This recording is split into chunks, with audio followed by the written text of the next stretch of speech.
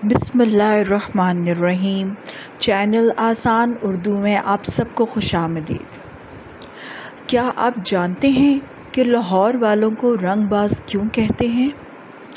चलें आइए आज की वीडियो में आपको बताते हैं कि लाहौरियों को रंगबाज क्यों कहा जाता है।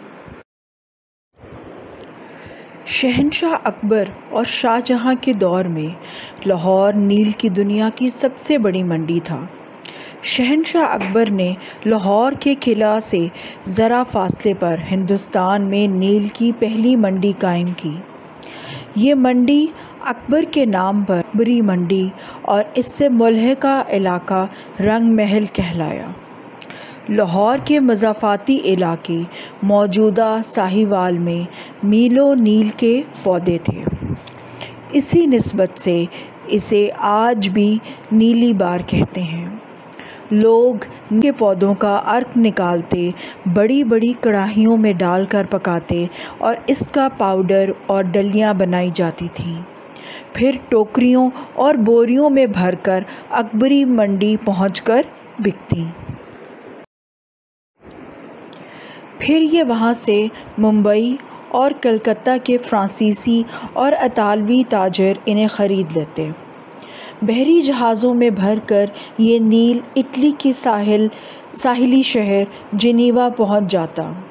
जिनीवा नामी शहर फ्रांसीसी शहर नीम करीब था। नीम शहर डी नीम भी कहलाता है, जहां हज़ारों खड्डियां लगी थीं। इन पर मोटा सूती कपड़ा बुना जाता जो सर्ज कहलाता था। कपड़ा बुनकर फिर जनीवा पहुंचता। गोरे इस पर लाहौरी नील का रंग चढ़ाते। कपड़ा नीला हो जाता था। फिर ये कपड़ा दर्जियों के पास पहुंचता। दर्जी इससे मज़दूरों, मिस्त्रियों और फैक्ट्री वर्कर्स के लिए पतलूनें सीते। वो पतलूनें बाद अज़ां जनीवा शहर की वजह से जीन्स कहलाने लगीं। जीन्स पतलूनें दुनिया भर में मशहूर हो गईं। डी नेम शहर के ताजरों ने जोश में अपने कपड़े को भी डी नेम कहना शुरू कर दिया। D name Aahista Aahista denim बन गया, जबकि जीन्स और डेनिम वक्त गुज़र साथ साथ इकट्ठे होकर डेनिम जीन्स बन गए। जीन्स के 3 अनासिर थे: डी नेम का कपड़ा, लाहौर का नील और जिनीवा के दर्जी। मुग़लों के दौर में अगर लाहौर का नील ना होता तो जीन्स ना बन सकती थी। अगर बनती भी तो कम से कम नीली ना होती।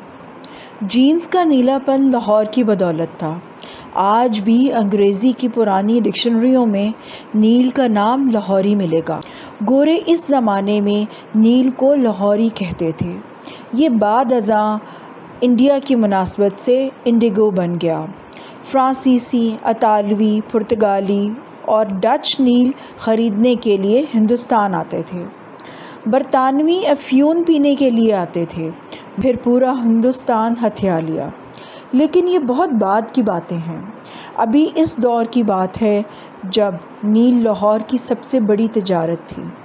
तब ये पाको हिंद में लाहौरी या इंडिगो कहलाता था। ये हज़ारों मील का ज़मीनी और समंदरी फ़ासला तय करके जिनीवा पहुंचता। जीन्स का हिस्सा बनकर सारी दुनिया में फैल जाता था। फिर लाहौर की नील को नज़र लग गई। मुग़लों ने नील पर टैक्स लगा दिया तो यूरोप ने मसनूई रंग ईजाद करे। ईस्ट इंडिया कंपनी ने फ्रांसीसियों, इतालवियों और पुर्तगालियों को मार भगाया। यूं नील की सनत ज़वाल पजीर हो गई। नील लाहौरी ना रहा, मगर लाहौर के शहर आज भी रंगबाज हैं। लाहौरियों को ये खिताब मुंबई और कोलकाता के ताजरों ने दिया था। हिंदुस्तान में उस वक़्त फ़ारसी ज़ुबान राइज थी। फ़ारसी में किसी भी पेशे से वाबस्ता लोगों को बाज़ कहा जाता था, जैसे पतंग बनाने वाले पतंगबाज, कबूतर पालने वालों को कबूतरबाज और इसी मुनासबत से रंग बेचने वाले रंग हो गए। چنانچہ کولکتہ اور ممبئی کے تاجر نیل کی صنعت سے وابستہ لاہوریوں کو رنگ باز کہنے لگے۔ اس زمانے میں کیونکہ لاہور کی زیادہ تر آبادی نیل کی صنعت سے وابستہ تھی، چنانچہ پورا لاہور رنگ باز ہو گیا۔ یہ رنگ بازی آج بھی لاہوری مزاج میں زندہ ہے۔ تو جناب یہی وجہ ہے کہ لاہوریوں کو رنگ باز کہا جاتا ہے۔